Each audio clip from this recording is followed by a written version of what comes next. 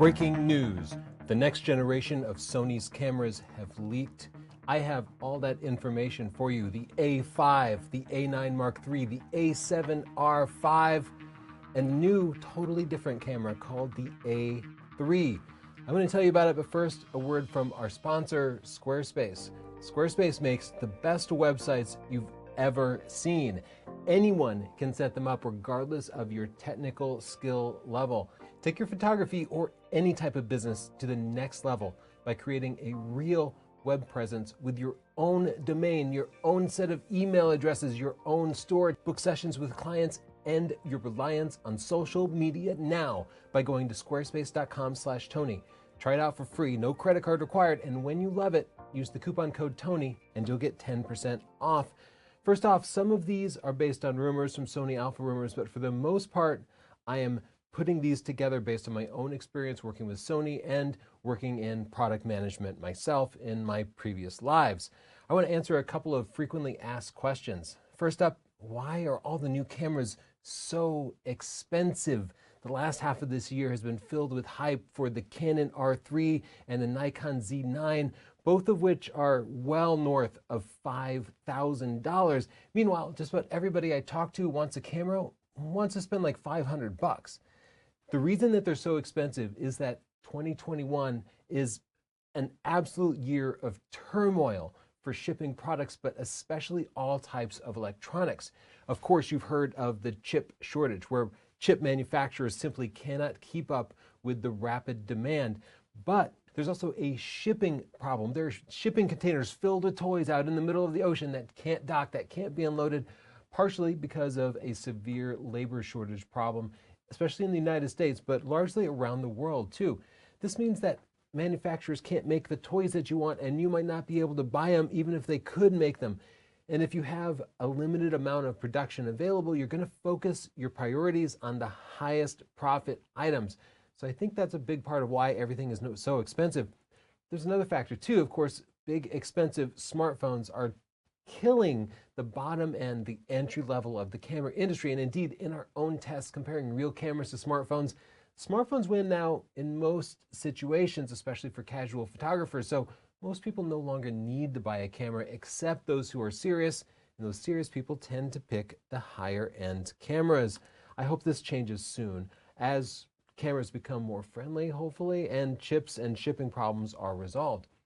The next most frequently asked question we get is, why haven't you reviewed the Canon R3 or the Nikon Z9? Do you hate them? Are you under some sort of exclusive agreement with Sony? No, we have requested loaner copies of these cameras from both these manufacturers repeatedly. For whatever reason, I'm not a mind reader, they do not want us to review these cameras. But that will not stop us from reviewing these cameras. Of course, maybe they'll get one to us before they actually ship to consumers, but if not, we've pre-ordered them or we will rent them, but we'll get them soon. I urge you to wait until we get a chance to really scrutinize these cameras, because there is a reason they didn't want us to get them. It's not that our channel is too small. We get hundreds of thousands of views just covering the specs of these cameras. We just hit 1.5 million subscribers. So many of you rely on us for honest reviews, but we happen to be the biggest channel that is heavily into sports and wildlife photography. And as a result, we tend to scrutinize things like frames per second and focusing systems more thoroughly than other reviewers do.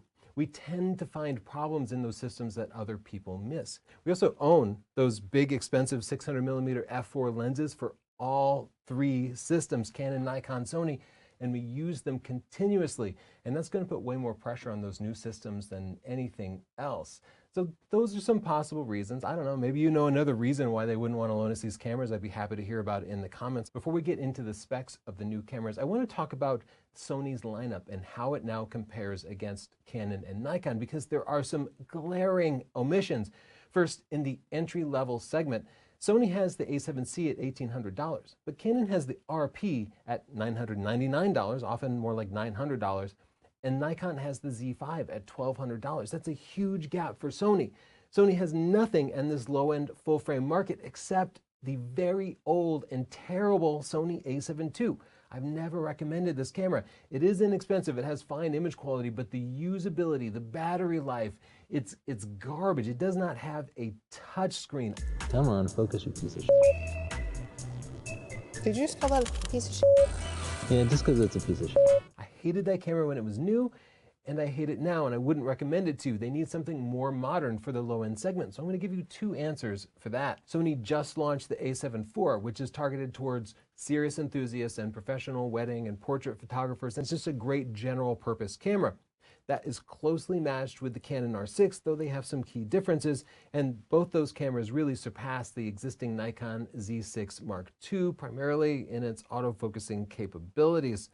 In the high-res section, this section includes the Sony a7R IV with 60 megapixels, the Canon R5 with 50 megapixels, and the Z7 Mark II at 42 megapixels. In our tests, the Z7 Mark II really lags behind the other cameras in things like frames per second real world, as well as autofocus tracking with telephoto lenses. It's not as good of a general purpose camera. The a7 IV really lags behind the R5 though. This is the way that Sony is actually behind. The R5 was our camera of the year. It shoots 20 frames per second. It has an amazing autofocus system, even with our 600mm f4. That's why Chelsea chose it for her main wildlife body and indeed her multi-purpose body for video and everything. Sony does not have a competitor, and I think they're going to introduce one. A7 IV is great. I have one personally. It's great for landscapes, but it doesn't have a flip screen. It has the old user interface. The autofocus system is not up to the task of big 600mm lenses, so it's time for an update for that. And in the sports section, Sony actually currently owns this, so we don't expect to see too much movement from them. They have the Sony Alpha 1 at 30 frames per second and 50 megapixels. That's 30 frames per second raw, something the Nikon Z9 cannot do. It's limited to 20 frames per second raw. R3 does 30 frames per second, but it has a much lower megapixel count. Keep in mind, the A1 was launched in January, almost a year ago, and actually shipped in March. So it's almost a full year ahead of the Canon and Nikon competitors, which still don't match its specs, at least. Sony actually has two separate mirrorless Pro sports body, the other one being the same Sony A9 Mark II.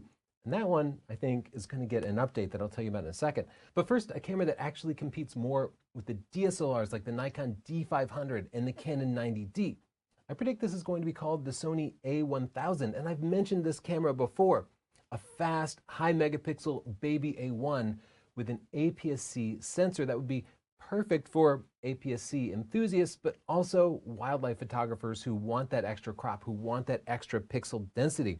It would come in less expensive than the A1 at about $3,000, but it would offer a higher pixel density with a 33 megapixel sensor. This is very similar to what the Canon 90D does now, and indeed, it's a fantastic camera for wildlife. I think it'll match the A1's specs by shooting at 30 frames per second with a fast readout. That means a fast viewfinder, low lag, and minimal rolling shutter. I also think they'll just take a full frame body, probably the A1 body, and put the APS-C sensor in it. $3,000, it's a lot to spend on an APS-C camera. It's going to be a very niche camera, but for wildlife and sports photographers, that niche is really important. I also think, unlike their other APS-C cameras, it'll have dual memory card slots. Now, the a7R Mark V, the successor to the Mark IV, which was a high megapixel, mostly landscape and portrait camera, good for product photography, but it was never a sports or wildlife camera. Along comes the Canon R5, which is actually great for sports and wildlife, and Sony doesn't have a competitor for it. And the R5 has been selling like crazy. It is incredibly popular because indeed, it's an absolutely amazing camera. Sony is not going to let Canon keep the spotlight for long. I think they'll keep the same 60 megapixel sensor, but they'll up the frame rate. They certainly want to match Canon's 20 frames per second with the electronic shutter. So I predict they'll do that, and while they're at it, they'll update the entire software system. So it'll have the new menus that the A7S Mark III and the Sony a7 IV have. Again, they need to at least keep parity with the R5, so I think they're going to offer 8K at 30 frames per second and 4K 120 frames per second video. I also think that they're going to want to surpass the R5 in some way, but I haven't quite figured out what it is. I've debated this a lot, whether it would have a tilt screen or a flip screen. I love the R5 with the flip screen because it's one camera that can do everything. In the Sony world now, if I want a high megapixel camera, I have to pick a tilt screen camera, which means I have to travel with my Sony A1 tilt screen for stills, and then my Sony a7S III with a flip screen for video. I think Sony's going to match that, make a camera for hybrid shooters, and give it a flip screen. Oh, I just realized, here's how it'll beat the R5. It'll record 8K at 30 frames per second for a longer period of time, like maybe an hour or something with no restrictions, something the R5 has been highly criticized for.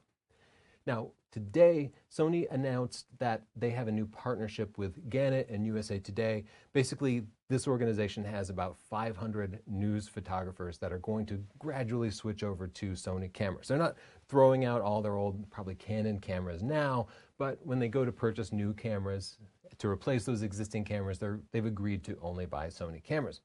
And of course, the reasons that they give are that Sony's technology is better, they have the best infrastructure. These are all valid reasons. At the same time, Gannett and USA Today, they're not YouTubers who need to make a video every 3 weeks. Oh, I just switched to Sony. They don't need to announce that they're going to, in the future, buy a different brand of camera, right? They could just go to Amazon and order themselves up some and just be quiet about it. They did this because they have a bigger partnership. And I don't know what that looks like. And it's actually really hard to anticipate because Sony is one of the biggest corporations in the world. They have spread out horizontally across the media industry. They make movies and music videos and TV shows. They make video games.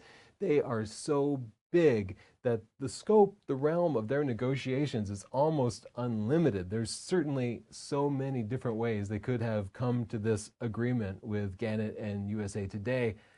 And there was something beyond just the camera technology. These negotiations can be complex. That brings me to a camera that's perfect for sports photographers and photojournalists, the upcoming Sony a9 Mark III. Of course, Sony's going to update the Sony a9 II, a camera that didn't really make much of a splash because it wasn't a huge upgrade. I don't expect this to be anything earth-shattering. I think it'll keep the same 24 megapixel sensor, but I think it'll have a faster readout speed, more similar to the A1, and they'll definitely raise it to 30 frames per second to compete with the Canon R3. However, I think they might also want to compete with the Nikon Z9, so they might give lower quality images at a higher frames per second. So maybe they'll do 30 frames per second RAW, and then 120 frames per second JPEG, maybe even in 12 megapixels or something lower. Sony does not like Canon or Nikon to have the fastest or the highest numbers in any particular spec, so I know they're not going to wait long before they answer. It'll definitely get the new menus. It'll have a tilt screen, not a flippy screen, because Sony thinks that that's what professionals want. I think this camera is going to be priced about $5,000, substantially under the higher megapixel A1. Now, let's get into the entry-level cameras that I know most of you will actually buy. I mentioned Sony doesn't have an RP competitor, a Nikon Z5 competitor, so I think they're going to give us the Sony A5 with 24 megapixels, 5 frames per second, a flippy screen, 4K video, but probably cropped like the Nikon Z5 just to reduce the amount of cannibalization with their higher end cameras. It'll have a single memory card slot, and I think it'll be priced about $1,200, right about where the Z5 is now. This is so important because right now, entry level for Sony is either super old cameras or APS-C cameras, but it's really important to get them into the full frame system because once they're full frame, they're more likely to spend more money on other full frame lenses. Here's a Henry Ford quote. If I'd asked people what they wanted, they would have said faster horses. Now, how does this relate to Sony's new cameras? Well, every time Sony revs a new camera, I think they talk to existing owners and they say, what would make you want to upgrade? What they don't do is they don't talk to my 17-year-old daughter who is constantly taking photos and videos and wants better quality but does everything with her smartphone. They don't say, what would make you be willing to spend money on a separate device to get better images? Indeed, they don't talk to any young people or any existing smartphone creators. They only ask old folks like us who are shooting with interchangeable lens cameras now, and that's why every new camera looks just like the old camera but with some numbers increased slightly, right?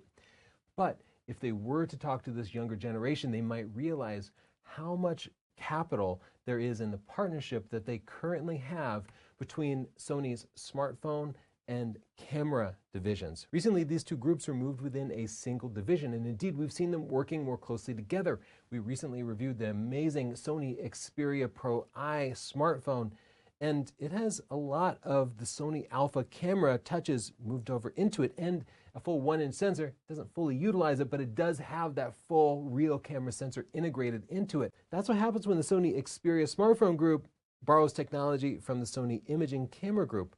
But what if we were to turn the tables? What if the camera group borrowed the Android smartphone technology from the smartphone group and built a truly smart camera specifically targeted at first-time camera buyers, existing smartphone creators? I'm going to call this the Sony A3. It runs Android. It has a 12 megapixel sensor, just like pretty much every smartphone does now, but it's full frame, so it can take all those great interchangeable lenses. It shoots at 5 frames per second because these creators don't care. They're shooting stills, yes, for things like portraits, but they don't need high megapixels or high frames per second for that.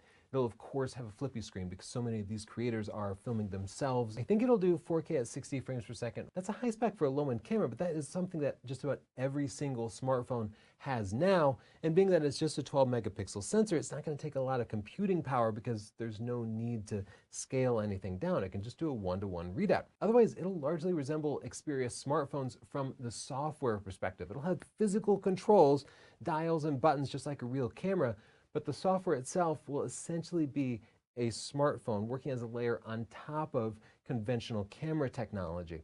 That means the memory can be internal. No need to actually swap out memory cards. There won't be any. It'll probably have 128 gigs internal, very fast memory that can be instantly backed up to the cloud, just like every modern smartphone can. Of course, it'll have GPS and a cellular connection, so all your photos will be tagged on a map. And if it's ever lost, there will be important anti-theft technology. Yes, that means you'll be able to track down your camera if it's stolen.